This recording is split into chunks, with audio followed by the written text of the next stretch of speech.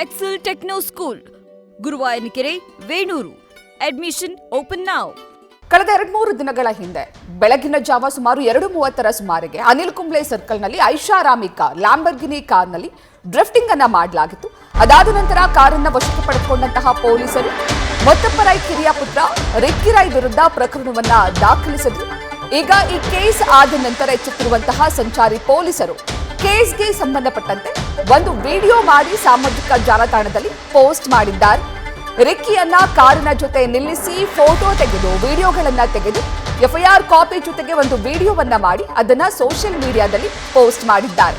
Cubbon park ಸಂಚಾರಿ ಠಾಣೆ ಮುಂದೆ ಈ ವಿಡಿಯೋವನ್ನ ರೆಕಾರ್ಡ್ ಮಾಡಿ ಸಂಚಾರಿ ಸೋಷಿಯಲ್ ಪೇಜ್ನಲ್ಲಿ ಬೆಂಗಳೂರು ಸಂಚಾರಿ ಸೋಷಿಯಲ್ ಪೇಜ್ನಲ್ಲಿ ಪೋಸ್ಟ್ ಮಾಡಿದ್ದಾರೆ. ಈ ರೀತಿಯ ಸ್ಟಂಟ್ಸ್ ಯಾರೇ ಮಾಡಿದ್ರೂ ಕೂಡ ಅವರ ವಿರುದ್ಧ ಕಠಿಣ ಕ್ರಮ ತೆಗೆದುಕೊಳ್ಳಲಾಗುತ್ತೆ ಎನ್ನುವಂತಹ ಎಚ್ಚರಿಕೆಯನ್ನ ಬೆಂಗಳೂರಿನ ಸಂಚಾರಿ ಪೊಲೀಸರು ನೀಡಿದ್ದಾರೆ.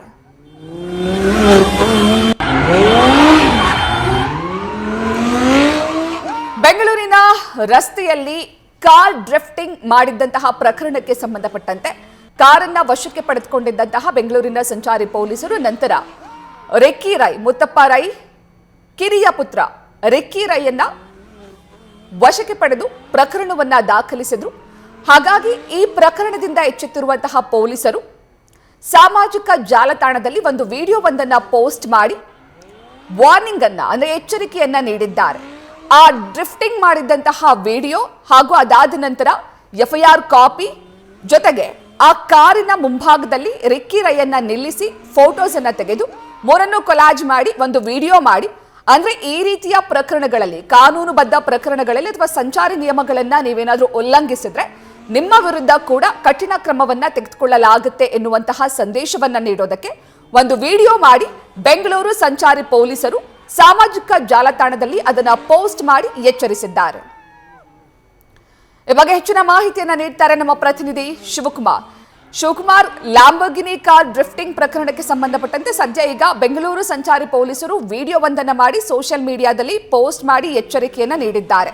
ಈ ಬಗ್ಗೆ ಹೆಚ್ಚಿನ ಮಾಹಿತಿಯನ್ನ ನೀಡೋದಾದ್ರೆ ಪ್ರತ್ಯಕ್ಷ ಕಬ್ಬನ್ ಪಾರ್ಕ್ ಪೊಲೀಸ್ ಠಾಣಾ ವ್ಯಾಪ್ತಿನಲ್ಲಿ ಮುತ್ತಪ್ಪ ರೈ ಪುತ್ರ Ricky Rai Lamborghini car drifting ಪ್ರಕರಣಕ್ಕೆ ಸಂಬಂಧಪಟ್ಟಂತೆ ಖುದ್ದು ಪೊಲೀಸರು ನೋಟಿಸ್ ಕೊಟ್ಟು ವಿಚಾರಣೆಗೆ ಕರೆಯುವಂತ ಕೆಲಸವನ್ನ ಮಾಡಿದ್ರು ಕಬ್ಬನ್ ಪಾರ್ಕ್ ಸಂಚಾರಿ ಪೊಲೀಸರು. ಆದ್ರೆ ಕಬ್ಬನ್ ಪಾರ್ಕ್ ಸಂಚಾರಿ ಪೊಲೀಸರು ವಿಚಾರಣೆಗೆ ಹಾಜರಾಗದ ರಿಕ್ಕಿ ರೈ ನೇರವಾಗಿ ಬೆಂಗಳೂರಿನ 5ನೇ ಸಂಚಾರಿ ದಂಡ ನ್ಯಾಯಾಲಯಕ್ಕೆ ಹಾಜರಾಗಿ ಜಾಮೀನು ಪಡ್ಕೊಳ್ಳುವಂತ ಕೆಲಸವನ್ನ ಮಾಡಿದ್ರು. ಇದಾದ ನಂತರದಲ್ಲಿ ರಿಕ್ಕಿ ರೈ ಪರವಾದಂತ ವಕೀಲರು ಮಾಧ್ಯಮಗಳಿಗೆ ಹೇಳಿಕೆಗಳನ್ನು ಕೂಡ ಕೊಟ್ಟಿದ್ರು. ಅಂದ್ರೆ ಆ ಡ್ರಿಫ್ಟಿಂಗ್ ನಡೆದಿದ್ದಂತ ರಸ್ತೆ ಏನಿದೆ ರಸ್ತೆನಲ್ಲಿ ಆ ರಸ್ತೆ ಸರಿ ಇರ್ಲಿಲ್ಲ, ಹೀಗಾಗಿ ಅವರು ಬ್ರೇಕ್ ಆದಂತ ಸಂದರ್ಭದಲ್ಲಿ ಕಾರು ಸ್ಕಿಡ್ ಆಗಿ ಈ ರೀತಿ ಆಗಿದೆ ಅನ್ನೋ ಮಾತನ್ನ ಅವರ ಪರ ವಕೀಲರು ಹೇಳುವಂತ ಮಾತನ್ನ ಹೇಳಿದ್ರು.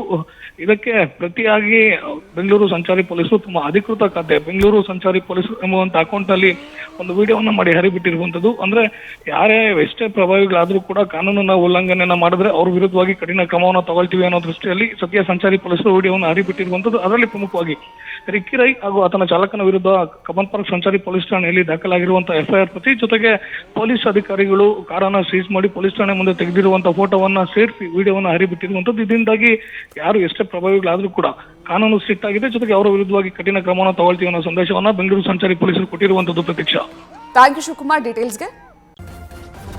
ನ್ಯೂಸ್ ಫಸ್ಟ್ ನಿರ್ಭೀತಿಯಿಂದ ನಿಮ್ಮ ಪರವಾಗಿ.